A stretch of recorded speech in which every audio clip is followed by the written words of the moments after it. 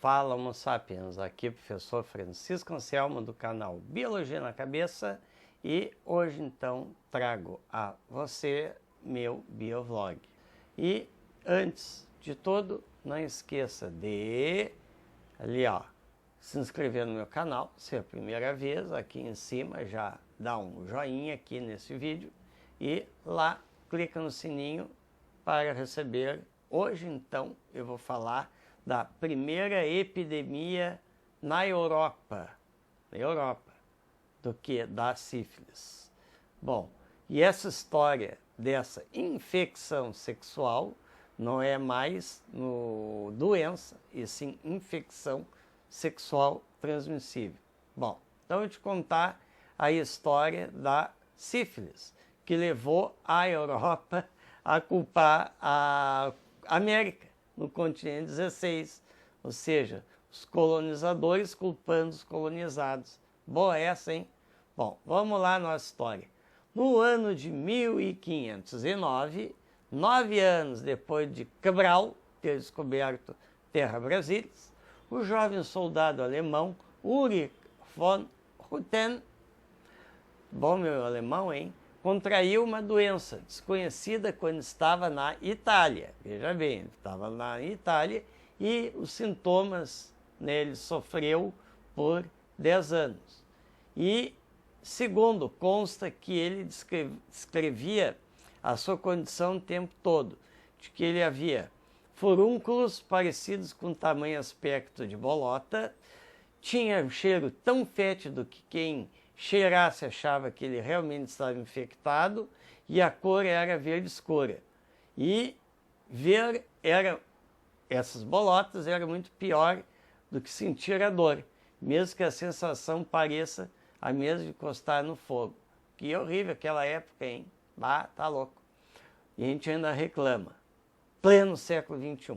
Vamos lá. Pouco antes disso, de 1509, lá em 1490, a população europeia havia acabado de se recuperar de muitas mortes provocadas pela propagação lá no século anterior da famosa peste bubônica, que foi um surto conhecido por peste negra.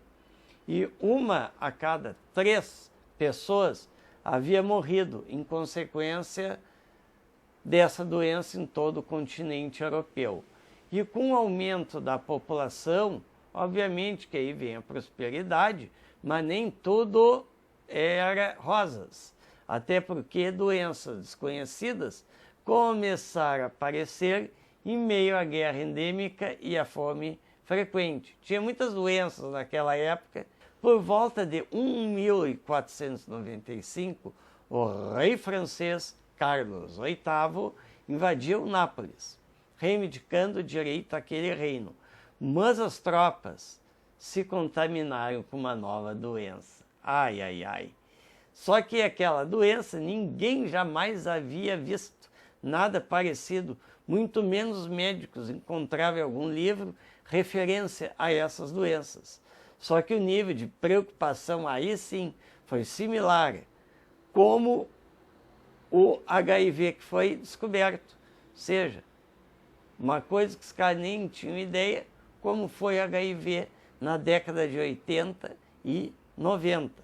E a doença que então fez aquele soldado que eu falei lá no início, soldado alemão Ulrich von Hutten, agonizar, e também era transmitida por contato sexual, e era a sífilis. Bah! E as pessoas estavam aterrorizadas, até porque essa doença se espalhou numa velocidade impressionante. Chegou à Escócia, à Hungria, à Rússia, só para vocês terem ideia. Obviamente, com exceção, idosos e crianças, todos corriam risco de se contaminar. Era a população sexualmente ativa. E, obviamente, que estava nos bordéis e também, principalmente, nos castelos. E acredita-se que os reis Francisco I e Henrique VIII da França, Henrique III da França, assim como do imperador Carlos V, padeceram da mesma enfermidade. Nem os monges escaparam da sífilis. A hierarquia, ó, não importava, eram cardeais, era o bispo, até os papas, como Alexandre VI e Júlio II, sofreram com a doença. A velocidade, então, com que se espalhou revela muito sobre os hábitos sexuais da sociedade daquela época. Os franceses, olha só a brigalhada que já era na Europa. Os franceses diziam que a doença era italiana, mas todo o outro resto da Europa dizia que ela era tida como francesa. Inicialmente, obviamente, não tinha um nome técnico. E ao final, então, um médico francês sugeriu chamá-la de doença venérea. Então vem aí o nome antigo dessas infecções sexualmente transmissíveis, eram doenças venéreas, por acreditar que a causa principal era o ato sexual, e o ato sexual, por sua vez, estava ligado à deusa romana do amor, a deusa Vênus.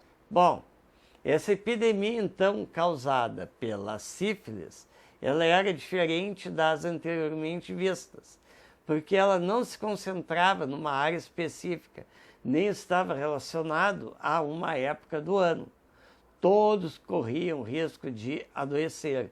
E uma vez que isso acontecia, parecia que a pessoa realmente não queria mais se recuperar.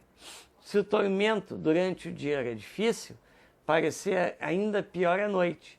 Os que padeciam da doença gritavam continuamente por causa da dor que sentiam nos ossos. Mas afinal, qual era a causa? A sífilis, naquela época, era considerado um castigo divino por pecados. No início pensou-se que era um castigo de Deus pelos pecados cometidos pela sociedade.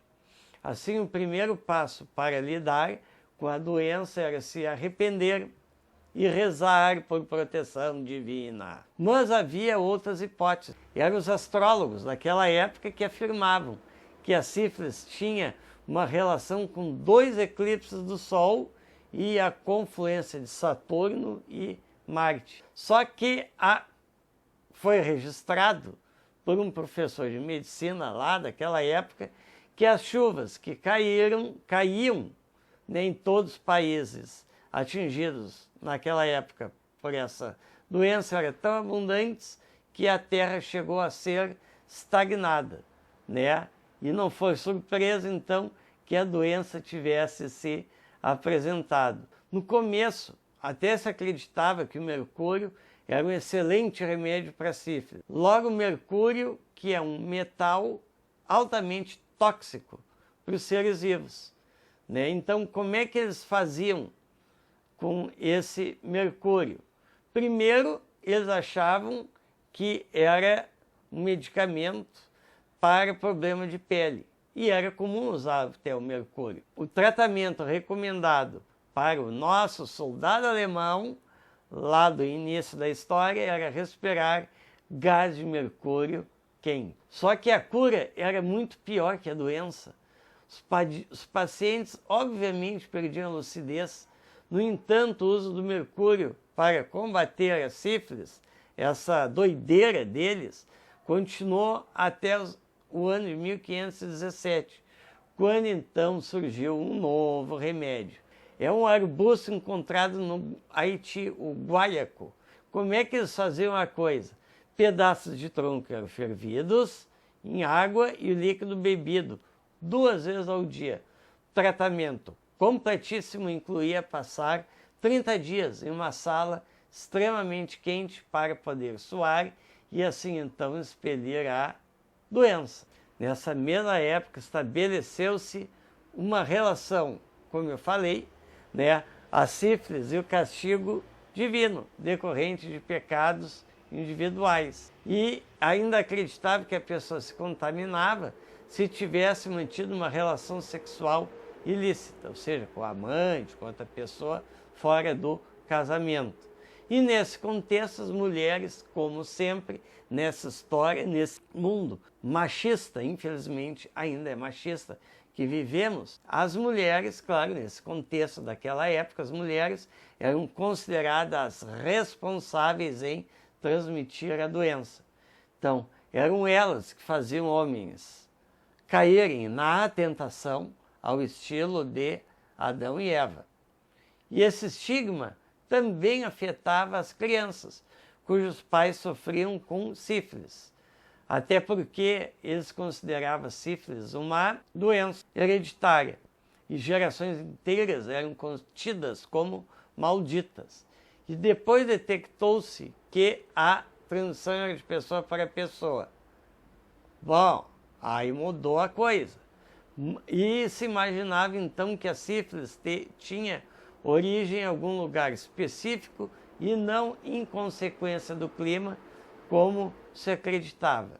E nessa época, acreditava-se, olha só, aí que vem o colonizador contra o colonizado, que ela chegou à Europa por meio dos marinheiros que vinham da América, junto com o Cristóvão Colombo.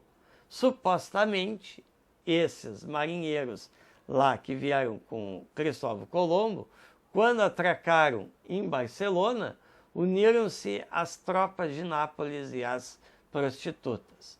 Aí sim o exército, as tropas de Nápoles, se encarregaram de espalhar a doença. Mas historiadores médicos americanos não gostaram dessa teoria.